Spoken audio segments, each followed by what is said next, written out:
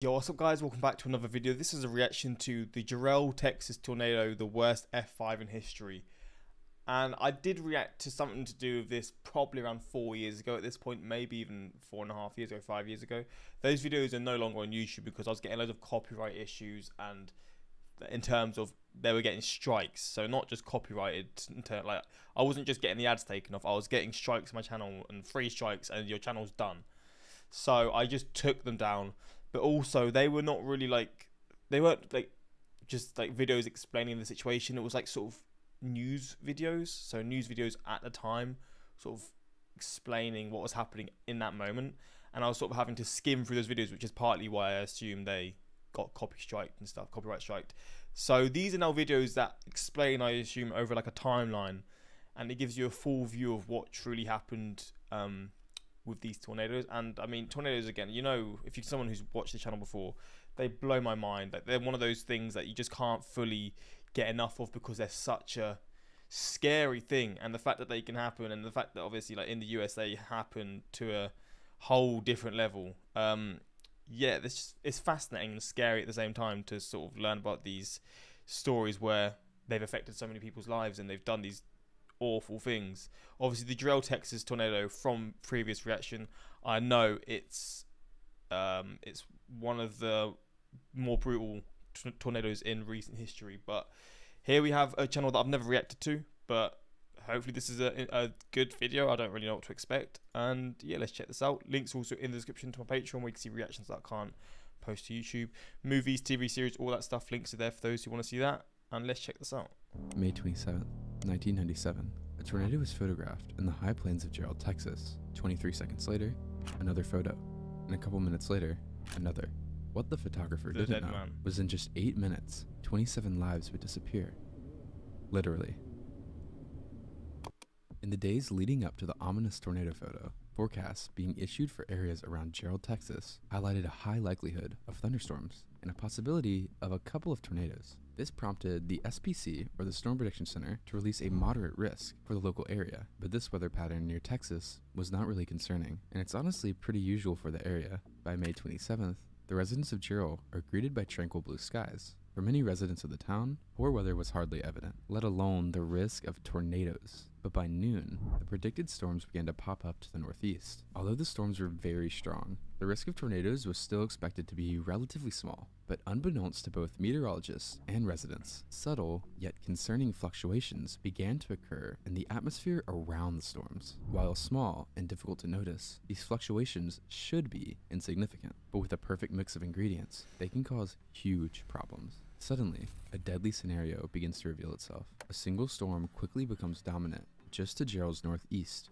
near Waco, Texas, and it begins to move towards the southwest. This is the opposite direction of how a typical thunderstorm would travel, which placed the otherwise unthreatened residents of Jarrell and surrounding areas in the firing line of a rapidly intensifying storm. At 1 p.m. CDT, a funnel cloud appears from the sky, and soon enough, a full tornado dropped down near Moody, Texas. The tornado meandered around a mobile home before destroying it and then immediately dissipating. This odd tornadic behavior would certainly not be a first on this day. Another tornado drops down from the supercell, and then another, and another, and another. All beautiful and all incredibly weak. By 3 o'clock p.m., the storm is only 5 miles northeast of Jarrell and is drawing closer. It is now when the odd weather conditions start to display. As in an instant, a needle-like tornado reaches down from the storm clouds. Although rather small, its size is deceitful. Within the narrow funnel, winds are already very intense. Any hay bales or trees unfortunate enough to be struck are shredded instantly. This shredding of anything it could touch shrouded the base of the funnel in dust. As it passes less than 1,000 yards near the small community of Prairiedale, a farmstead is struck. The tornado is now even more dangerous, as it's shrouded in sharp metal and splintered wood. But just as it seemed the tornado was intensifying, it suddenly weakened. The residents of Jarrell took a sigh of relief, believing they had just narrowly avoided disaster. But little do they know, Mother Nature is playing a cruel trick. In less than a minute, a stronger dust cloud swirls up from the ground. A large, cone-shaped funnel begins to descend from the sky. Within the swirling chaos, a strange phenomenon is spotted. Several different funnels begin to appear, forming the distinct look of a multi-vortex tornado, a unique and intense type of tornado. Scott Beckwith, is working at Gerald Farm Supply when over the business's weather radio, he hears word of a tornado in Gerald. Stepping outside, he rounds the building to the east end, where he quickly spots the massive snake slithering in the sky. In a rush, he runs back in and grabs his camera, taking pictures of what he's seeing. The first image looks straight out of a movie, and the ones following show a gorgeous twister dancing around. It's like it's out of an alien movie. Like when aliens take over the world and this is their first sort of entrance into Earth. Like you see their legs, their big tentacle legs stepping foot. It's creepy as hell, man. And also something about like cameras from the 90s that just have a more eerie look to them, because obviously it's a bit grainier. It's not a perfect HD picture.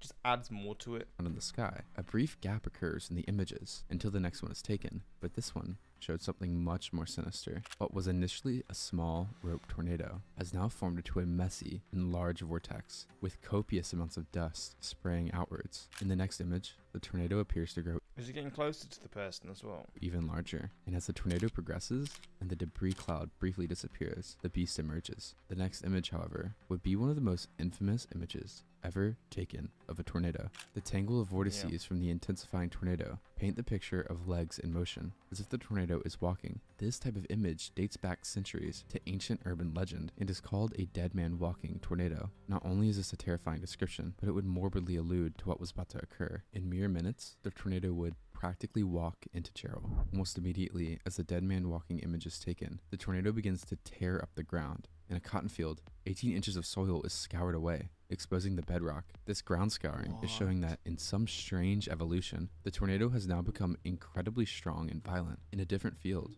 a herd of cows are caught in the tornado. Cotton plants ripped up by the tornado now contribute to a sandblasting effect, where anything or anyone caught in the tornado will suffer bits of vegetation and dirt, rapidly scoring against it like sandpaper. The cows in this field, subjected to the force, are reportedly skinned by the wind and debris, in some cases down to the bone. If this could happen to a cow, imagine what would happen to a human in these winds. During this initial display of power, the first home is hit and reduced to pieces. Here, the storm shelter of the property has its 5-inch thick concrete roof torn off, and it's never found again. Fortunately, no one was home at the time. The tornado then moves onward towards a farmstead on County Road 308, obliterating all structures located there, including a barn, multiple grain silos, and a home. Luckily, no fatalities or injuries were reported here, suggesting no one was home at this property either. With all the thick soil being gouged out of the ground, the tornado quickly gains an ominous black color. The funnel grows steadily, swallowing up an increasing vast area of land. It isn't long until the tornado is approaching 3/4 of a mile in width and is now crossing into a subdivision named Double Creek Estates. Sirens have been blaring for over 10 minutes, allowing the residents to find appropriate shelter. 5 members of the Igo family arrive home to take shelter, as the tornado is only minutes away. At this point, the tornado appears less like a conventional funnel and more like a monstrous fist. Imagine being one of these people driving on the highway at this point in time. Flipping hell, man. Dragging itself across the ground, directly towards the subdivision. Their last view before they slam their door is the rolling cloud of debris beginning to consume the nearby recycling plant. As the Igo family hurries into the central room of their home, the most appropriate shelter at their disposal, they can only pray it is enough to protect them from the worsening conditions outside. Meanwhile, at the recycling plant, all hell is being let loose. Steel beams are warped and snapped. Nearby roads are subjected to such extreme winds. Over 500 feet of asphalt is stripped away. As the forward movement of the tornado begins to slow, the cloud of steel and mud begins to envelop the Igos. The sandblasting effect of the winds smashes in their windows and allows the torrent of air to begin tearing apart the structure. In an extremely horrifying turn of events, the tornado begins to slow down until it's practically stationary over the home, but it doesn't weaken, allowing the strongest winds to pound and tear their home minute upon minute. The effect is... Mate, oh my god, those poor people, man. That's literally the worst possible outcome. It's much the same as a huge power washer, scouring the paint from their car before crushing and mangling it to the point where you can't even tell it's a car, and disassembling the home's walls before reducing the bricks to basically dust. It is minutes before the winds subside, but no mercy is ever given to the Igo family, as all 5 do not survive. The tornado slowly crawls forward, no faster than a walking pace, towards its next target, the Moring household. John and Michael Ruiz.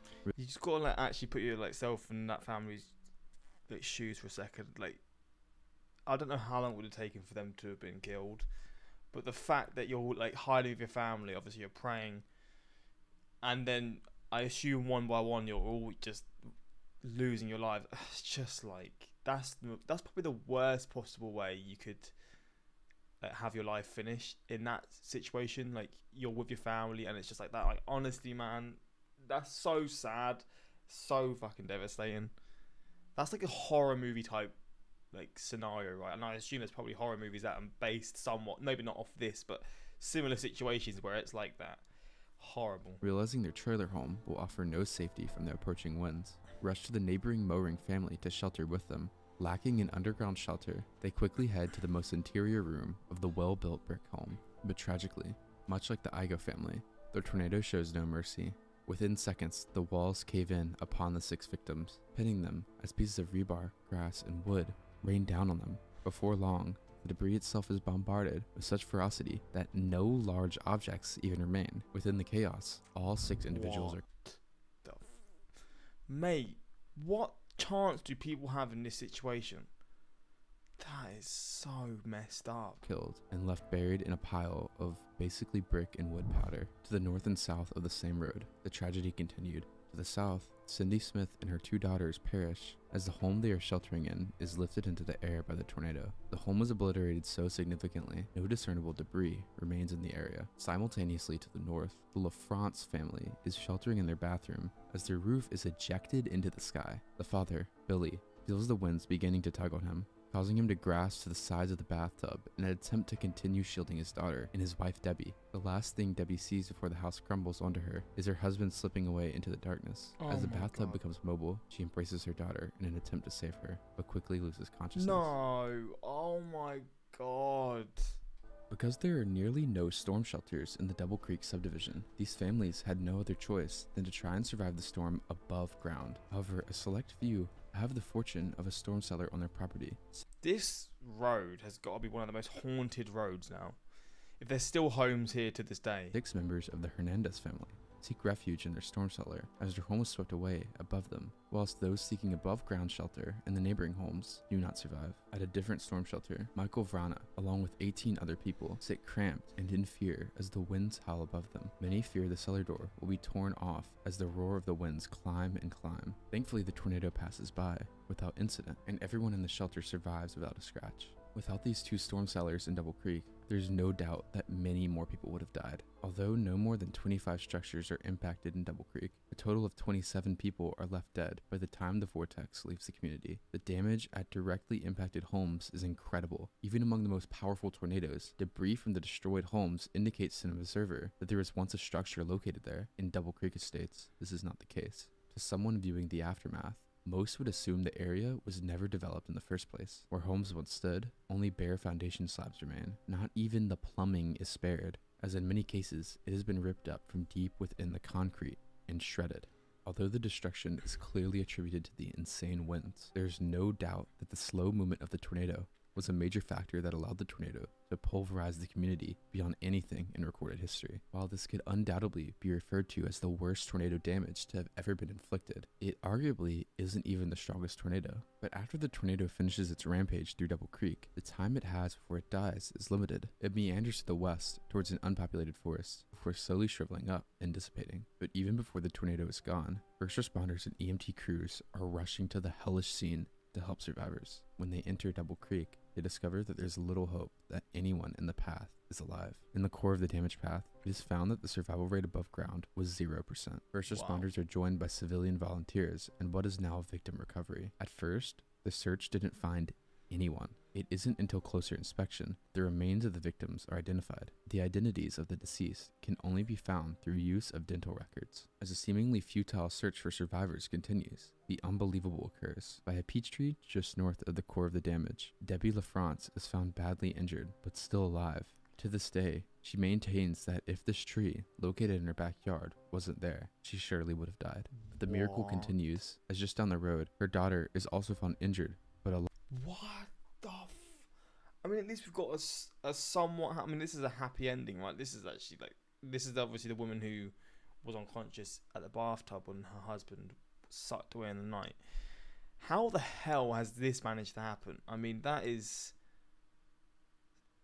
insanity. Alive, sitting on the ground hundreds of feet from where her home once stood. Unfortunately, Billy, who protected Debbie and his daughter in their bathtub, did not survive. In the years following the tornado, Double Creek Estates would rebuild, but a large void had been left in the tornado's wake. 3 entire families had been killed, as well as 13 children. In memory of the victims of May 27, 1997, the Gerald Memorial Park was established and funded by relatives of the Igoe family. The park itself resides on the former site of the Igoe family home. 27 trees that line the entrance represent the 27 victims that died that day. Damn. Yeah, man. Brutal stuff. Honestly, it's horrible to just look back at these things that happened. One of the sadder aspects is that the Ruiz brothers' trailer survived the tornado. Had they stayed put, they would have been unscathed. Fuck.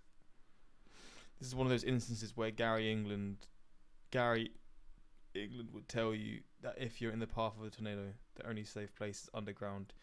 You will not survive if you're above ground. Man. Yeah, this stuff, I mean, I'm just so thankful I don't have to worry about this stuff. I know this extreme, it isn't that common, but it's still a thing, right? It still happens every so often. And even ones that aren't as powerful, like this is like the worst possible situation. Even ones that aren't even anywhere near as powerful as this will still cause so much damage that you can't really explain it. So I mean, yeah, it's obviously devastating to see this stuff, but hopefully they learn from this stuff and people are given structures. They don't have, because obviously it costs quite a lot, right? So I guess to have underground structures that you can help like protect yourself. Hopefully that stuff gets built for them. I don't know how it works. It's probably not, right? But yeah, devastating story. Obviously I didn't know about this tornado before, but getting a full timeline of what like truly happened it just puts it into perspective. But that's pretty much it. Until next time, peace.